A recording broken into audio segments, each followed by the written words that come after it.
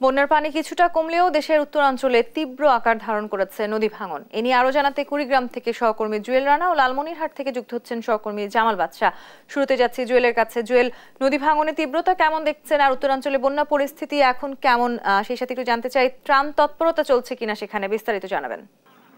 তন্নি, আপনাকে জানিয়ে রাখি, গত কিন্তু 3 থেকে 4 দিন ধরে নদীর যে পানি বাড়া ও কমার সঙ্গে সঙ্গে কিন্তু তীব্র হয়ে উঠেছে কুড়িগ্রামের নদী ভাঙনের থেকে রেহাই পায়নি হচ্ছে কমিউনিটি ক্লিনিক, বন্যা আশ্রয়ন কেন্দ্র, এছাড়াও কিন্তু শত শত মানুষের বসত বাড়ি এবং শত শত বিঘা ফসলি জমি।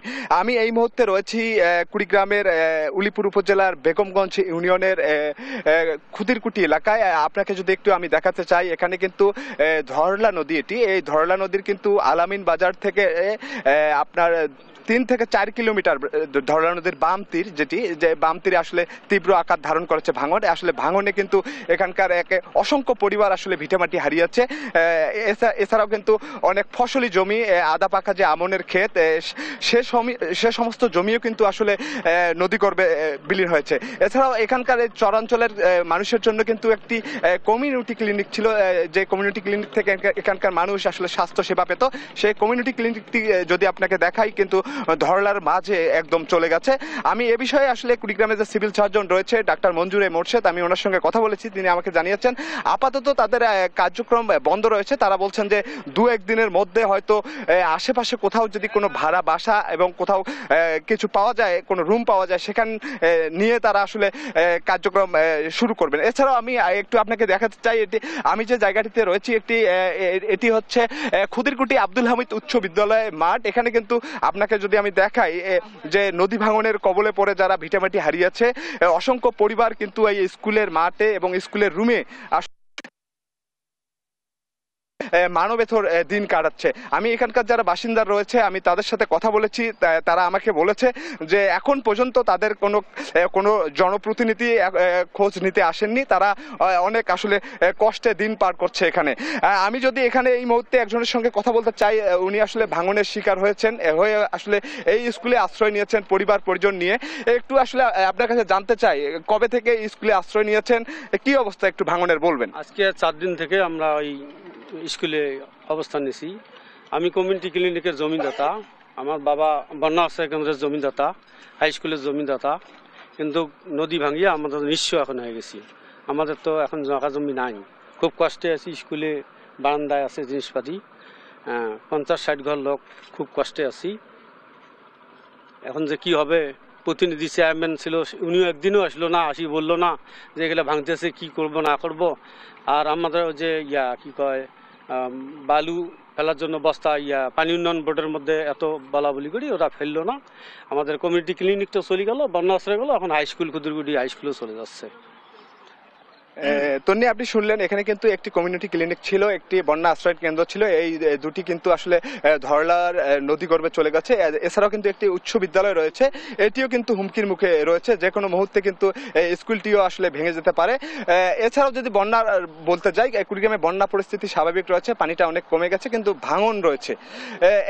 এই ছিল আসলে তন্নি কুড়িগ্রামে থেকে ভাঙনের সর্বশেষ পরিস্থিতি। আমরা এখন চলে যাব লালমনিরহাটে, সেখানে আমাদের সহকর্মী রয়েছে জামাল বাদশা, তিনি জানাবেন তিস্তার সার্বিক পরিস্থিতি।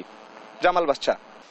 পানি কিন্তু বিপদসীমা থেকে 60 সেন্টিমিটার নিচ দিয়ে প্রবাহিত হচ্ছে। তবে বিপদসীমার নিচ দিয়ে প্রবাহিত হলেও কিন্তু তিস্তার যে অববাহিকা রয়েছে ডান এবং বাম তীর, সেই দুই তীরে কিন্তু আসলে প্রায় 20টি পয়েন্টে তীব্র ভাঙন দেখা দিয়েছে। আমরা গতকালকে লালমনিরহাট সদর উপজেলার হরিণচর এবং আজিকমাটি উপজেলার মহিষকোটা এবং হাতিমান্দা উপজেলার গড্ডিমারি সহ বেশ কিছু অঞ্চল ঘুরে দেখেছি। এইসব অঞ্চলে কিন্তু আসলে চোখের পলকেই একরের পর একর ফসলি জমি, আদা পাকা আমনের ক্ষেত সহ মৌসুমী যে সবজি রয়েছে সেসবগুলো কিন্তু নদীগর্ভে বিলীন হয়ে যাচ্ছে। এছাড়া কিন্তু হরিণচর, বিশেষ করে গত 2 দিনে কিন্তু হরিণচর এলাকার অন্তত 25 থেকে 30টি বাড়ি এ পর্যন্ত নদীগর্ভে বিলীন হয়েছে। আমি যদি তিস্তার ভয়াল গ্রাস যেটি ছিল সেটি দেখাতে চাই, বর্তমানে কিন্তু তিস্তা কিন্তু একেবারেই শান্ত অবস্থায় ফিরে এসেছে। তিস্তার এই শান্ত পরিস্থিতি কেউ কিন্তু আসলে ভালোভাবে নিচ্ছে না তিস্তার যে ডান তীরে এবং বাম তীরে বাসিন্দারা।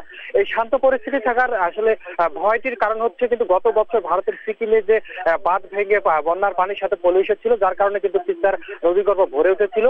এর কারণে কিন্তু এবার কিন্তু বিপদসীমার মাত্র 2 সেন্টিমিটার উপর দিয়ে মাত্র পানি প্রবাহিত হলেও আসলে ডান এবং বাম তীরে লোকালয়ে পানি প্রবেশ করে নিম্নাঞ্চল এবং চরাঞ্চলে বন্যার সৃষ্টি করলো। এবং এই বন্যা মোকাবেলা করার পরে কিন্তু তারা আসলে নদী ভাঙ্গনের সম্মুখীন হতে হচ্ছে। আরেকটি বিষয় হচ্ছে যে এই দুই তীরেই কিন্তু আসলে 20টি পয়েন্টে কয়েক হাজার বসতভিটা, শিক্ষা প্রতিষ্ঠান, বহুতল ভবনের বাড়ি, মন্দির মসজিদ সহ কিন্তু আসলে নানা স্থাপনা ভাঙ্গন হুমকিতে রয়েছে। পানি উন্নয়ন বোর্ডের সাথে আমরা কথা বলেছি, তারা যেটি জানিয়েছেন যে জিও ব্যাগ ফেলে কিন্তু তারা ভাঙ্গন প্রতিরোধের চেষ্টা করবে। আসলে এটি কিন্তু আসলে অতি নগণ্য বলে দাবি করছেন নদী তীরবর্তী বাসিন্দারা। তাছাড়া আরেকটি বিষয় জানাতে চাই যে গত 4 দিন যে এই বন্যা কবলিত মানুষজন ছিল, সেই মানুষজন কিন্তু আসলে গত 4 দিন সেভাবে কোনো সহায়তা পায়নি। তবে গতকালকে বিভিন্ন সামাজিক সাংস্কৃতিক সংগঠনগুলো কিন্তু ত্রাণ দিতে শুরু করেছে এবং আজকে কিন্তু লালমনিরহাটে যে বিএনপি রয়েছে, বিএনপি নেতাকর্মীরা কিন্তু বিভিন্ন বন্যার্ত এলাকাগুলোতে ত্রাণ দিতে শুরু করেছে। এছাড়া আসুন্না ফাউন্ডেশন নামে যে সংগঠন রয়েছে তারা কিন্তু আসলে ত্রাণ দিচ্ছে।